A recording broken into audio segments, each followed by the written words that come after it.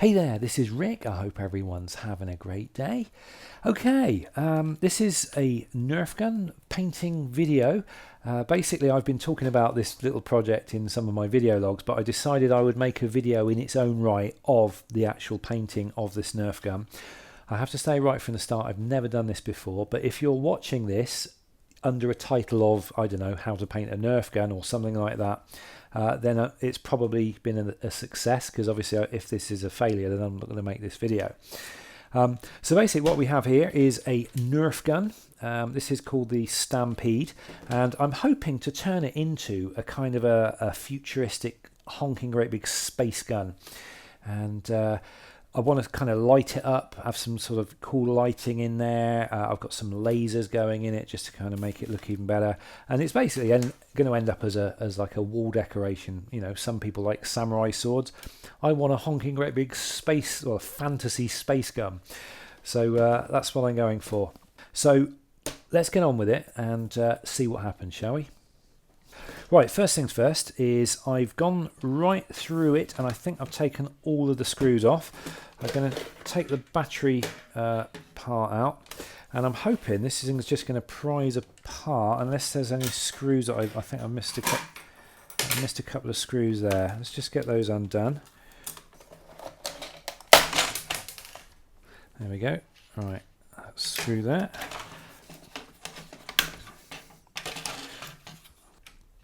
But like the main mechanisms, I don't need to keep. I want to keep the trigger, so that can stay in on the spring. That's a self-contained trigger by the looks of things, which is fine. But I don't need any of the other stuff, like the motor and everything, so that can all come out. And then that can give me space to put my other bits in there, like the you know, the lighting and the other things. So, right, I'm going to take this apart, and then I shall come back to you when we're ready to go to the next stage. Okay, it's the next day. I spent a long time taking this all apart yesterday. I kind of ran out of natural light as well. And I've sort of separated all the bits I think I'm going to need from all the bits, the internal mechanisms and things that I'm not going to be putting back, because I don't need this to be an operating, working thing. I just want it to be a static prop, a static ornament. So these are all the key bits, and what I need to do before I do any sort of painting is to get some of the shine off of these plastics, because the paint does not like to stick to anything shiny. Now the paint I'm using is something called vinyl dye. I couldn't determine whether it's acrylic based or not. I think it's acrylic based, but I'm not sure. But it's called vinyl dye, and I'm basically going to cover everything in a matte black coat to start with, and that's inside and out. But before I do anything, I've got to sand things. What I've got is these special sanding foam squidgy blocks, and I decided to go for these because unlike sandpaper, it can be difficult to get into all the little nooks and crannies, but with this foam based stuff, it just kind of naturally curves into into all the little hard to get places. It just kind of does a really good quick job. There you go, that's nicely dulled down straight away. So it should make life fairly easy sanding this lot down. Now on the side of the Stampede there is actually this hole here, which is actually a clear, it's got like a clear window so that you can see the mechanisms going on inside when it's being used. But a lot of the mechanisms are going to be missing. So what I've decided I'm going to do is sand this, dull this, this clear plastic right down, and then I'll have some lights behind it. So hopefully it'll just kind of have this cool glow on it, which should be really good. Anyway, I'll get on with sanding this lot, and then I'll come back to you again when we're ready to go to the next stage. So there we go. That's all the parts pretty much sanded down. They're much duller than they were. Hopefully the paint's going to stick to it quite well. Now before we do anything else, we've got to wash them all off and get off any grease. Some of these internal areas have little bits of grease everywhere. You can see them from the internal components. So it's a case of a bit of washing up liquid or something, hot soapy water, and I'm going to give this a lot of wash, and then I'm going to leave them overnight to dry. All systems are a go.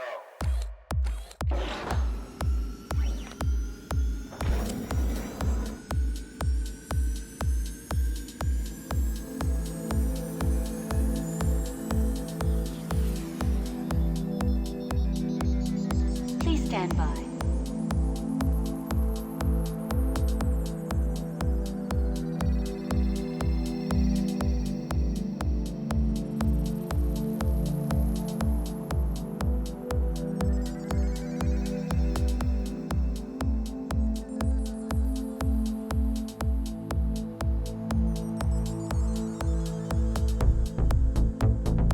We are go for liftoff in T-minus 30.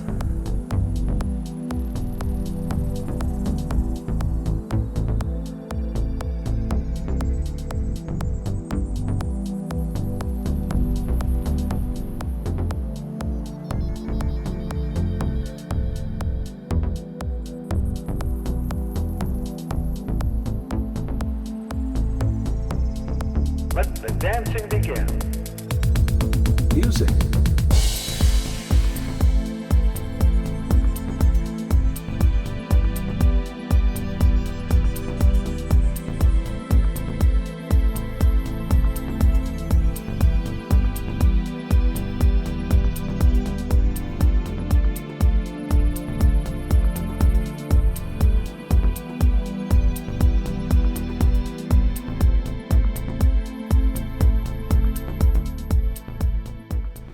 Okay, so just got back from the shed. I've sprayed everything up, and I'll just lay it out, and we'll go from there. So, in fact, what I'll do is I'll just use these bits. That's the rest of it, all in there. But I don't need those for now. I just need the main bits. So basically what I did was I sprayed it up using vinyl dye, and it kind of got everything covered reasonably nicely. Some of the bits that were originally painted silver were a little bit, the paint wasn't sticking to them very well, but I let it dry and then sprayed over the top, and it seemed okay. But I wasn't happy with the finish of the vinyl dye. It was a little bit patchy. So what I did was I coated over the top of the whole thing with some standard matte black acrylic paint. This is just auto acrylic paint, and it's left it with a nice even sheen on it, which is exactly what I wanted. So I'm very happy with that, and these have turned out okay. Like I say, I've painted the inside as well as the outside, because if I'm attaching lights and things on the inside, I want to prevent them from kind of shining through the plastic, if that makes any sense. So now what I've got to think about is the main colour scheme. I think part of this gun is going to be white, and what I'm going to have to do is use some tape to tape off all the bits that I want to keep black, so that I can tape it up ready to spray the white bits. So that's going to take some time, and I shall come back to you when I've done that. That is seriously horrible weather out there. Look at that rain. Anyway, okay, so we have now masked up the areas that I want to stay black, and all the bits in black that you see at the moment are going to become white. So I'm going to hop off to the shed to do that. I won't film it because I don't want to take the camera out there, but basically I'm going to be using this Cobra acrylic white paint. So hopefully it should go on fairly straightforward. If I have any issues with it, then I'll look into using an undercoat, but I'm thinking this will probably go on just fine. I'll let you know how I get on. Okay, so it's later in the day. It's actually quite dark now. So hopefully you can see there's enough light for you to see. So basically what we've done, we sprayed over everything, including the masking tape. The paint went on very, very well, and I'm quite happy with the way it did. So now it's just a case of taking off the masking tape and seeing what we've got. So let's give it a go. Hey, that's starting to look pretty good. There you go, hopefully you can see that alright. It's really starting to take shape. There's a few little tiny little overlappy bits at the edges. I might be able to go in there and have a little play with some paints a bit later. But so far it's looking good.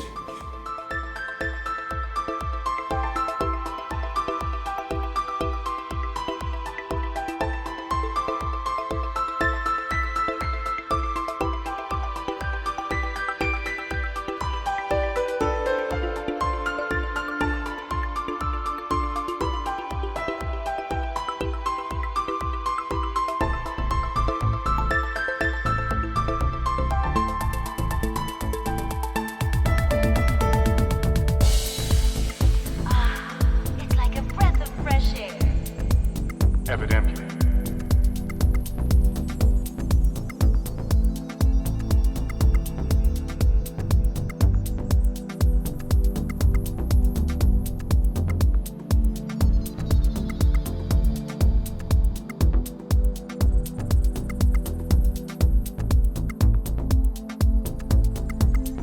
Please listen carefully.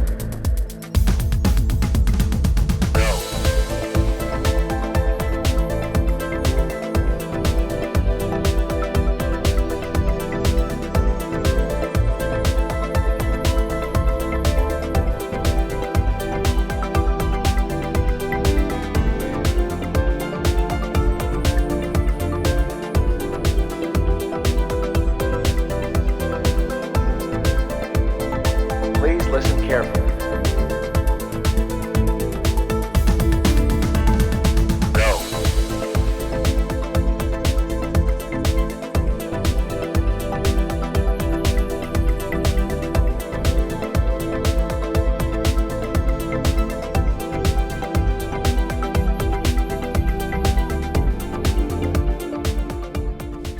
Right, that's pretty much put back together about as much as I need to.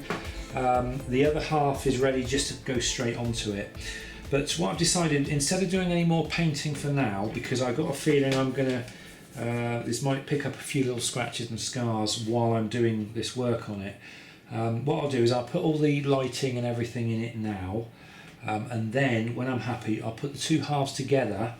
And then I'll manually paint with a brush all the bits I want to paint on there, and then I shall coat the whole thing over once it's assembled with the protective coating.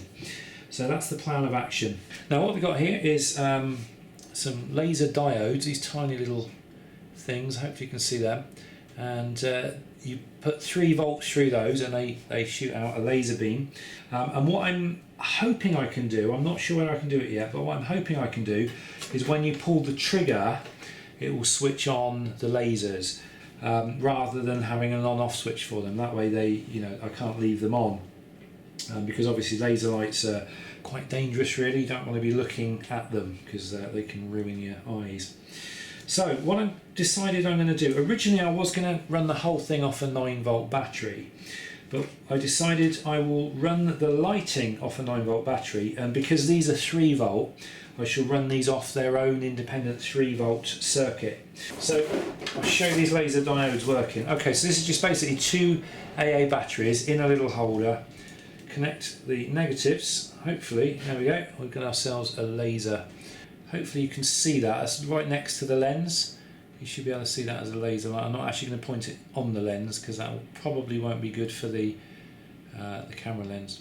But there we go, so that's a laser diode, and these are 3 volts. And they basically put a dot on anything that you point it at. But then also to light it up, I've got these little things. These are little strip lights, strip LEDs. And these are 6 or 9 volt. So if I connect those up, there we go, hopefully you can see, that's what's going to create the glow inside. So it's going to take me a little while to figure out where everything's going to go and to put all the wiring in, and then when it's all installed I'll come back to you and show you how I've kind of put it all in, and hopefully it should look really cool. At least that's the theory. Right then, this is what I've got so far. Let me talk you through it. Basically behind this panel, before I put this black panel on, I stuck in a laser diode, which is there, and on the other side here I put another laser diode, which you can see right there. And those are rigged up. Basically this wire comes in from the laser diode to a little terminal block. Power goes off to the laser diode, but also goes off down inside to this one here, to a 3-volt feed. So the laser diodes are 3 volt. So I thought, rather than messing around with resistors, I will just give them a 3-volt feed. And this feed is interrupted here with a switch, which I've hot glued into place. This is a hot glue gun that's done this. This is a switch that was already inside. It was kind of part of the working components of the original Nerf gun. And as you can see, the trigger mechanism, when I pull it, it switches on to laser lights.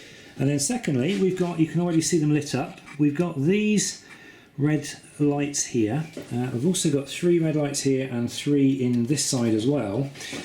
Hopefully you can see them.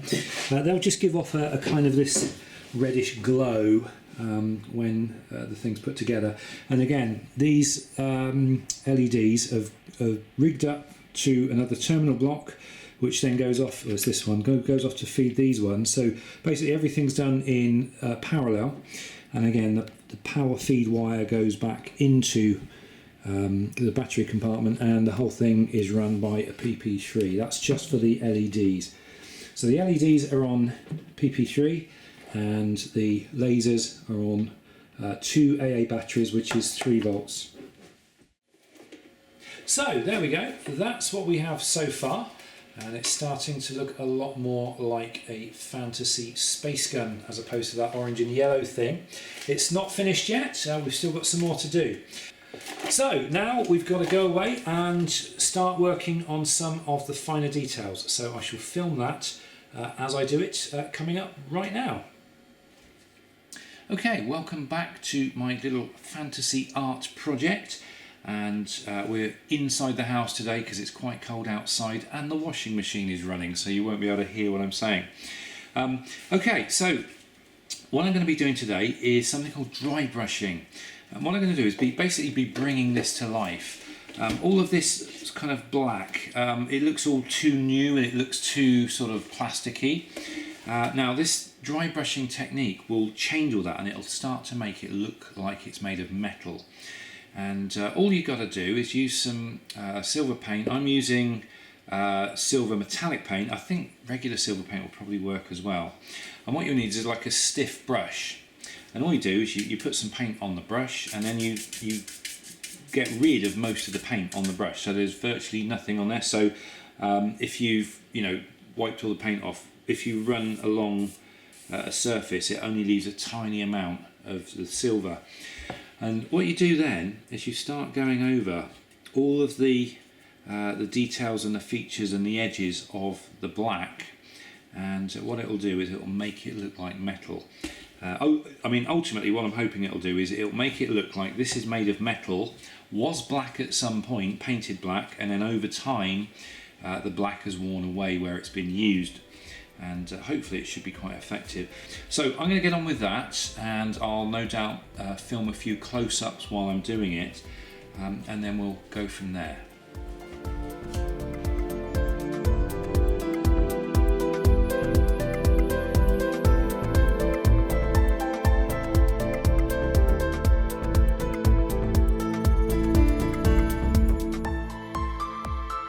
A moment of silence.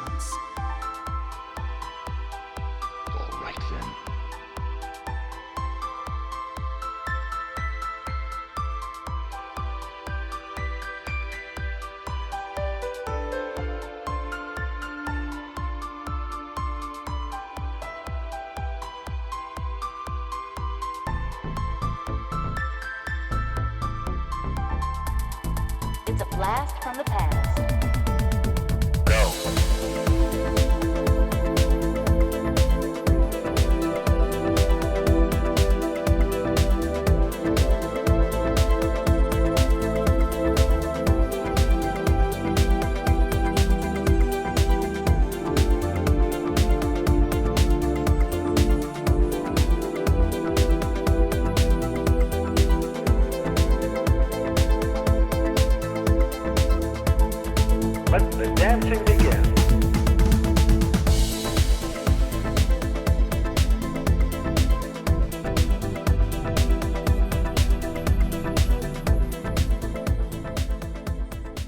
just discovered a little thing that I can do here. If I make that brush wet, I can go in all the little nooks and crannies here, like so, and then wipe out the excess, and it gives it that kind of grubby but not too shabby sort of feel and look. So that works quite well. I might use that on some other bits here. Let me do a thing. Let me experiment here a minute. I'm going to put this wet brush over all of this, all of the white, pick up on all the little textures and everything, like so. Let's live dangerously, eh? And then I'm going to wipe it all off again.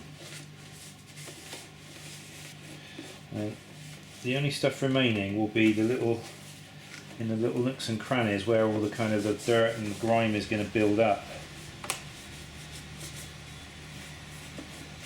So I just needed to dull the white down because it was too shiny and bright compared to the rest of the thing, which was all sort of broken up, you know, sort of all scratched away, but yet the white was in pristine condition. It didn't seem right. So that has given, see now that's given kind of quite a weathered look to the white. I'm quite happy with that. Yeah, that's given it a much better weathered look. Oh, there we go. I think I might have just discovered a little technique there that I didn't know about, but yeah, and all these little grooves and everything, there's kind of dirt and grime in there that it's kind of got in there over the years of use that this thing's given. Well, that's the you know, that's the idea anyway. Yeah, you know what, that looks better because that's given wear to the whiteness. So if you look at the white on this side, it's way too pristine, it's way too white. So I shall carry on doing this for a little while and get some more black and just get the black in all the little grooves.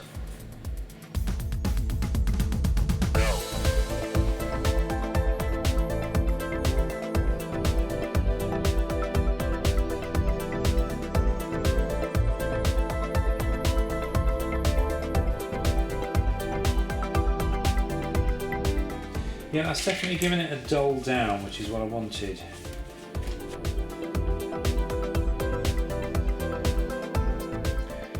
Okay, I think I'm done for the painting. What I've got to do now is I've got a big sticker to go on here.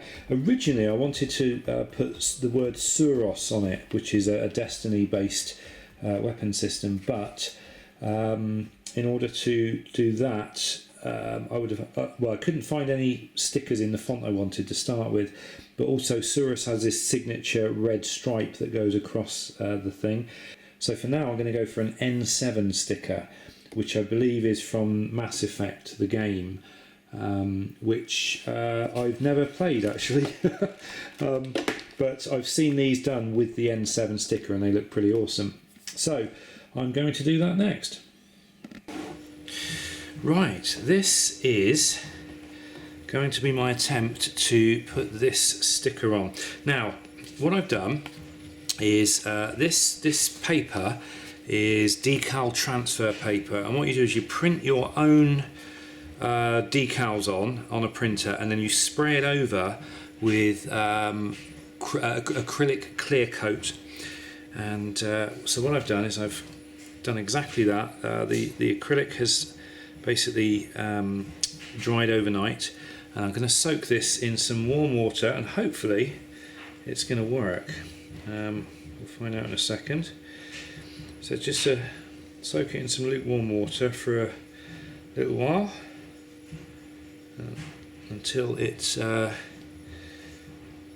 starts to slide around. I'll just give that a few seconds. There we go. Okay, so oops. No, it's folded over. Here we go. Let's give it a go. Oops, that's a bit skew-whiff. Let's put it exactly where I want it, which should be there. Looks about right. Oops. Yeah, I think I'm happy with that. So let's just get a bit of kitchen roll and give that a dab. Oh, that was easier than I thought it was going to be. That's moving. It says just basically slide it sort of half off the paper and then put it into place.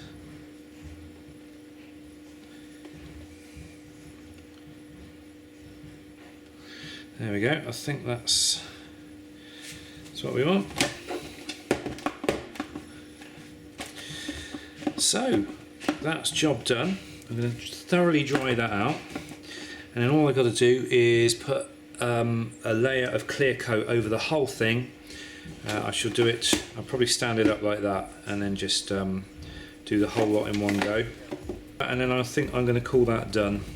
So I'll come back to you with the finished thing shortly. And one honking great big space gun on the wall. There we go, that's the finished thing, and it's not too bad for a first attempt. This is the first time I've tried anything like this. You've still got the lasers in there as well, and it's completely covered over now in clear coat, which was a matte clear coat, and it has this kind of universal matte sheen to it rather than the shiny bits that it had before I put it on. So there we go. Now originally I was looking to hang it up on the wall the other way around, but that actually doesn't look as good as I was hoping it would. It's not as opaque as I'd like it, and you can actually see the wires inside. So I decided not to go for that side in the end, but to actually hang it up that way around on some like, I wasn't sure what to hang it up on, so I ended up sticking some watch screwdrivers in the wall, and they're perfect. And there you go, it holds it beautifully. So there we go, that's my little video on how I painted that Nerf gun and turned it into what I see as a kind of a honking great big space fantasy art gun thing. It was really good fun, quite enjoyed it. Not sure I'd do another one. I'm not sure I want to like a collection of them or anything like that, but yeah, I'm kind of happy with it. So anyway, I hope that was useful. Thanks for watching, have a great rest of the day, and I'll see you in the next video. Take care.